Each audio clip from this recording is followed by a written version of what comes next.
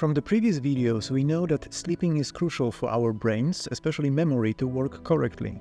We also know that dreams can provide a surprisingly useful help with solving our problems in the real world, all due to the specific nature of the nocturnal thinking state. And while we can try to utilize this dreamy power with dream incubation, there could be a better way to tap into that resource.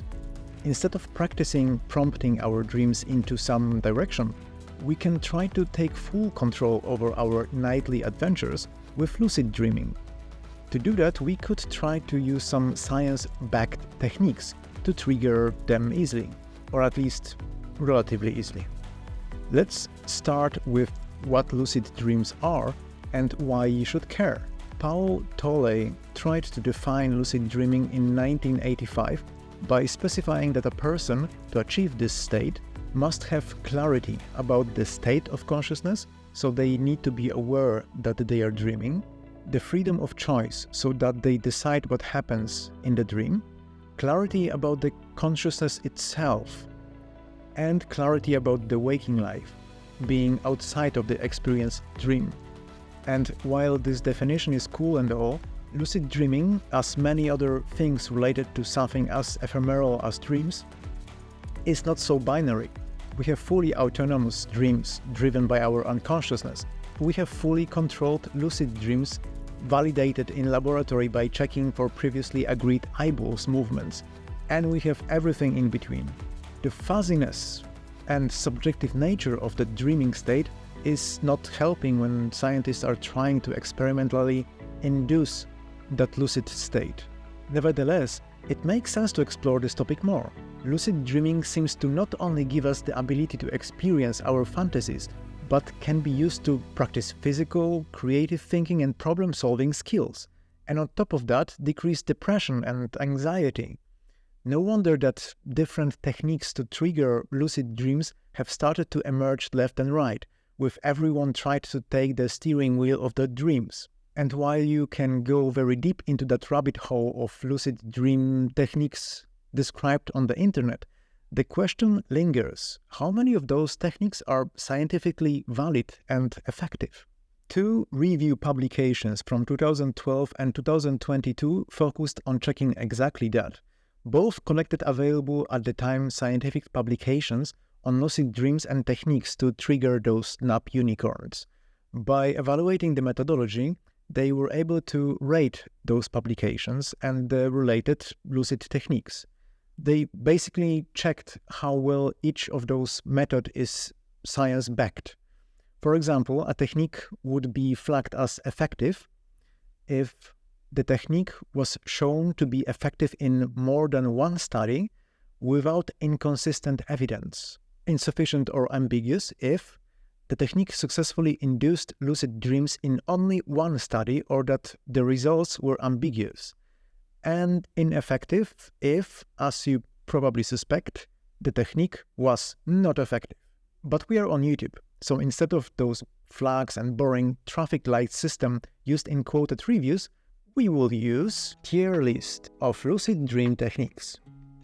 I'm going to consolidate the findings from both publications and evaluate the techniques not only based on methodology or results, but how easy those techniques are to perform in a home environment. So if you're watching this video, you probably want to learn how to trigger the lucid dreaming, and you probably don't want to mess up with a technique that is based on electrocuting your brain in the middle of the night.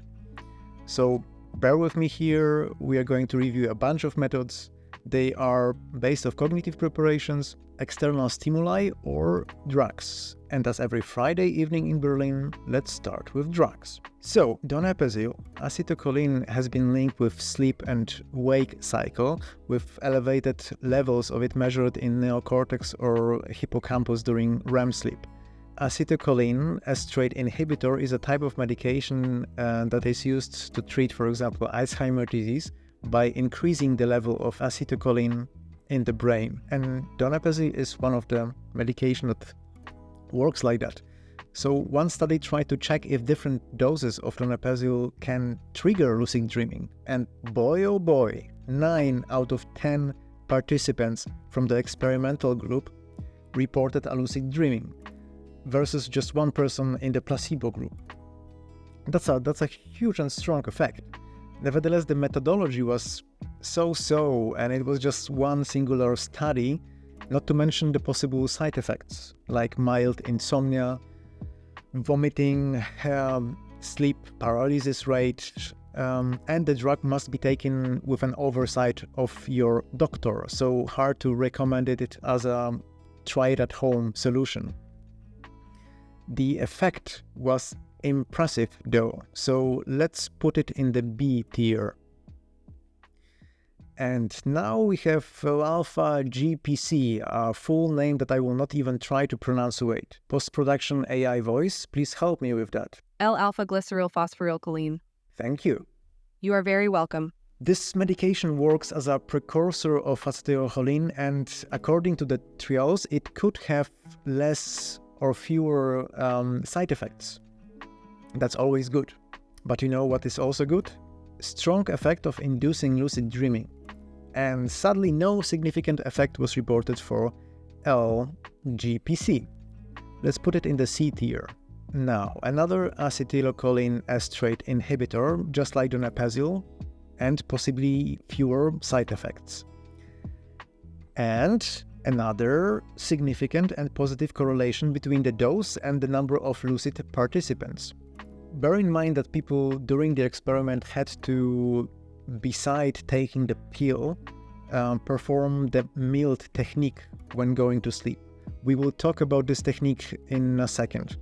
But around 42% of participants reported lucid dreaming after ingesting 8 milligrams of Gelantimine versus only 14% in the placebo group.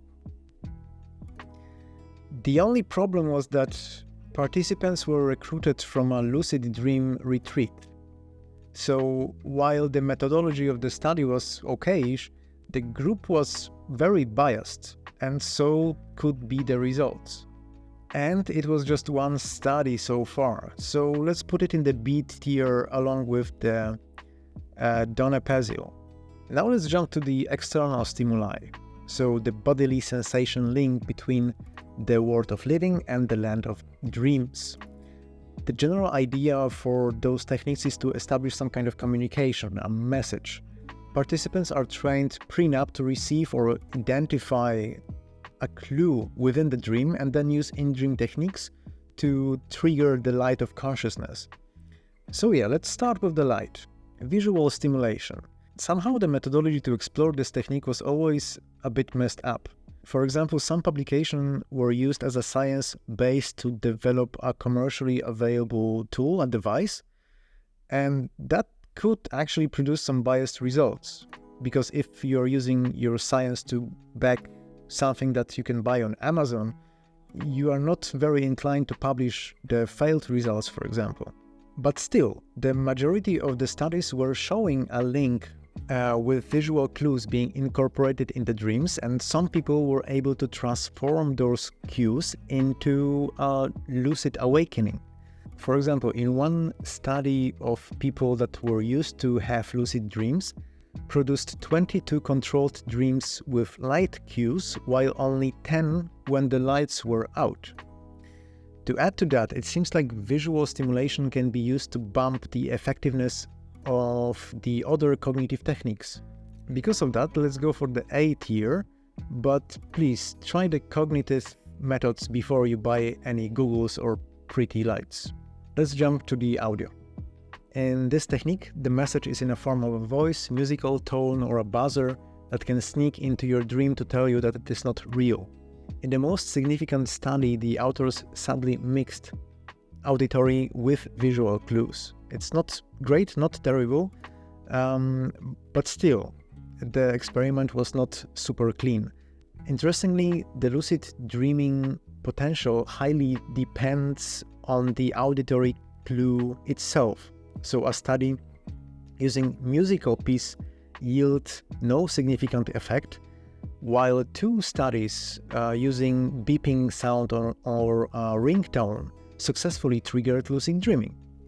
So as an example, a ringtone combined with a training in reality testing triggered 5 lucid dreams in the total of 12 participants.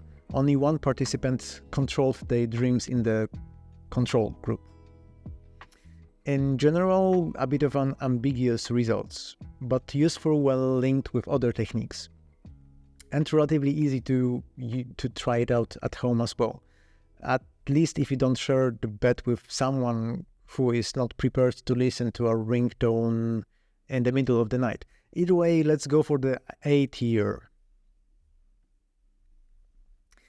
Okay, so after eyes and ears, let's switch to the nose.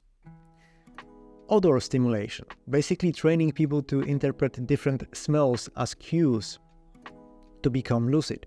Sadly, no red rose nor lavender essential oils were able to steer the content of the participant's dream. So let's just go with the C tier here. We got eyes, we got ears, we got nose. Now let's go for the inner ear.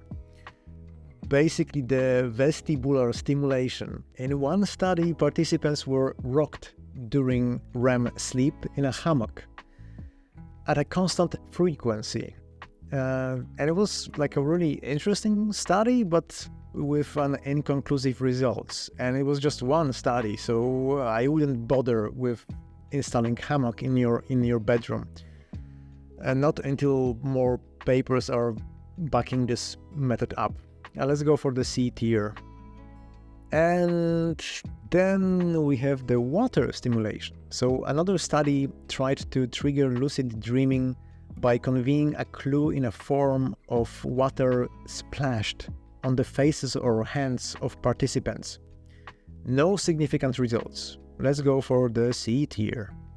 Then we have the tactile stimulation. The tactile stimulation is focusing on delivering the clue with the touch sense, delivering tactile stimuli to ankles, wrists, index fingers, and so on. One singular study, no significant results, C tier. Then we have the electrical stimulation, very similar to tactile stimulation, but with more current. And now only on the wrist. Sadly, it was just one study and it is quite an old one, 1983. The effect size was quite interesting though. 6 out of 12 participants achieved lucid dreaming. 2 more also achieved lucidity but woke up because of the stimuli. So let's go for the B tier, but please don't try it out. And now, transcranial electrical stimulation. Similar to the electric stimulation, but administered directly to your brain through your scalp. This technique is actually pretty cool, relatively non-invasive if done in the laboratory setting, with some results on treating depression, anxiety, or PTSD. In our case, 2 methods were used to trigger lucid dreaming, with alternating current and direct current stimulation, both with no or disappointing effects. So let's leave this transcranial stimulation for other medical uses. For lucid dreaming, it's a C tier.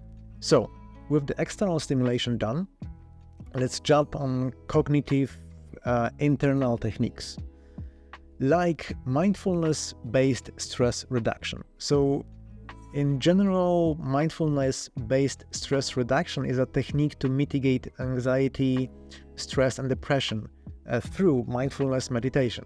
While it seems to be relatively successful at alleviating the mentioned states, just one study tried to check if the lucidity of your dreams are also affected by using this technique. And sadly, an 8-week training didn't change the number of lucid dreams. So yeah, C tier. Then we have the alpha feedback. So basically, lucid dreams are associated with a relatively high degrees of EEG alpha frequency. Based on that, one study tried to train participants using biofeedback for them to get their way into the alpha waves before and, if possible, during the during the sleep. No effect was observed, though, so yeah, let's go for the lowest tier. Post-hypnotic suggestion. So the idea behind this method is to suggest to the participant who is in a hypnotic trance to have a lucid dream the next night. Interestingly, the methodology of those hypnotic studies was quite high in comparison to others in the review, which is great if you are trying to experiment on something like hypnosis and dreaming. Nevertheless, sadly, the outcome was inconclusive. Some papers reporting inducing lucid dreams, others having real issues replicating or achieving any positive results. There could be something sitting there, but with all the ambiguity and other more effective methods, actually incorporating some autosuggestive parts, let's put the hypnotic trance in the B tier. Okay, then we have the dream diary. So even beside lucid dreams, dream diaries are actually quite cool. Not only you have written evidence of your wild imagination, but you're actually priming your brain to remember those adventures. But those dream diaries help with the dream lucidity? Sadly, no. Dream diary was only successfully triggering lucid dreaming when mixed with other techniques. So just writing dream diary is not enough. It could bump the effectiveness of other techniques though, just by focusing your mind or your brain on the dreams. Focusing your mind on dream recall, for example. Let's go for the A tier. Since it is easy to do, it is useful and can ease the lucidity transition. Now, as a quality assurance engineer responsible, among other things, for testing code, I love the reality testing name. It's like something directly from Philip K. Dick book. This technique is based on frequently asking yourself, am I in the dream? Along with checking your surroundings, looking for clues that it is not real. For example, breathing through your mouth as your lips are closed, or pushing the fingers of one hand through palm of another. It's a cool technique, but with inconclusive results. Multiple studies showed some promising results, others reported no effects at all. Nevertheless, it's an easy technique to do, and you can modify it to mix it up with a bunch of other dreaming methods, boosting their possible efficiency. So because of that, let's go for the A tier. Let's jump now to the Tholey's combined technique, since it is to some extent incorporating the reality testing as well. So in this technique, before going to sleep, the participant is required to perform reflection, intention, and autosuggestion. The reflection is basically reality testing, so checking surroundings for any clues of being in a dream. Intention is based on rehearsing being in a dream, with autosuggestion part being there to suggest becoming lucid in one. And it seems that all this is working quite good. So one study showed that in the group training Tholey's method, after just the first week out of 20 dream explorers, 11 achieved lucid dreaming. With a fair methodological quality of those studies and nice results, ladies and gentlemen, I think we have the first S-tier method. Nice. So let's go to the dream re-entry. Another amazing name, as if the dreamer was re-entering the atmosphere. Or maybe it's just me. Too many science fiction books in my library. Anyway, with the re-entry, you are instructed to enter the dream state directly after waking up from a dream. You need to try to keep focus. So, for example, you need to count while diving back into the dream, so that you might enter the dream state without losing conscious awareness. It's a technique super easy to learn and use, with a really nice reported effect. Around 23 re-entry attempts resulted in lucid dreaming. Sadly, those reported effects are coming from a fairly old, singular and poor methodologically study. I will still rank it as a A tier, since it is so easy to try it out. And if you want something more demanding, you can try out senses-initiated lucid dream technique, somehow based on dream re-entry, just in a more modern and complicated way. You need to wake up after 5 hours of sleep and then perform a cycle. First focus on your vision, then on hearing, and then on bodily sensations. After a couple of fast and slow cycles like that, theoretically you are prone to trigger a lucidity in a dream, so you can go to sleep again. And yeah, from a singular study, it seems like SSILD rocks, achieving a significant lucid dreaming rate of 16.9%. It's a very promising technique. Methodology was fair, but with just one study to back this up, let's not go for the S tier craziness. A tier is enough for now. Then we have the intention, a fairly simple technique. Before falling asleep, you just need to imagine yourself being in a dream and that you recognize that you are dreaming. Doing that as intensively as possible should induce a state when you are prone to become lucid in your dream. One study reported that around half of nightmare sufferers achieved lucid dreams using this intention technique within 1 to 3 months of the training. The other studies are showing that while this method could be effective, the effect is lower than, for example, reality testing. On top of that, there seems to be no recent studies about this method as well. So let's go with the B tier. And now we have the autosuggestion.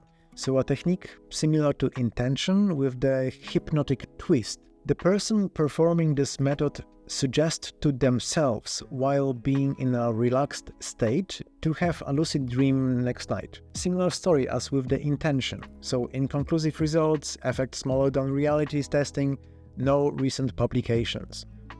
Again, let's go with the B tier. And last but not least, the mnemonic induction of lucid dreams. Similarly to dream re-enter or senses-initiated lucid dream, you need to wake up after 5 hours or so. After that, you need to create a prospective memory intention. So basically an intention to remember something in the future. You can do it by, for example, repeat a phrase, "Next time I'm dreaming, I will remember I'm dreaming," and then go to sleep. It seems like this mnemonic induction technique was the most often tested empirically. And that's great since because of that we know that it works. The study that listed senses-initiated lucid dreaming with 19.9% lucid dreaming rate listed mnemonic induction with 16.5%. It's a little bit lower, but it is backed with many more studies and experiments about it. Either way, a cool and effective technique. So let's go with the S tier. Okay, so that's quite a list. And bear in mind that it can change. More studies are coming in, more methods are tried out and compared. So hopefully we will have another review study published this year, next year. I would love to update this list and see what changed. And some question to you, my fellow viewer. Did you experience a lucid dream before? If not, would you like to learn more about any of those techniques? Let me know in the comments, and as always, see you in the next video. Bye!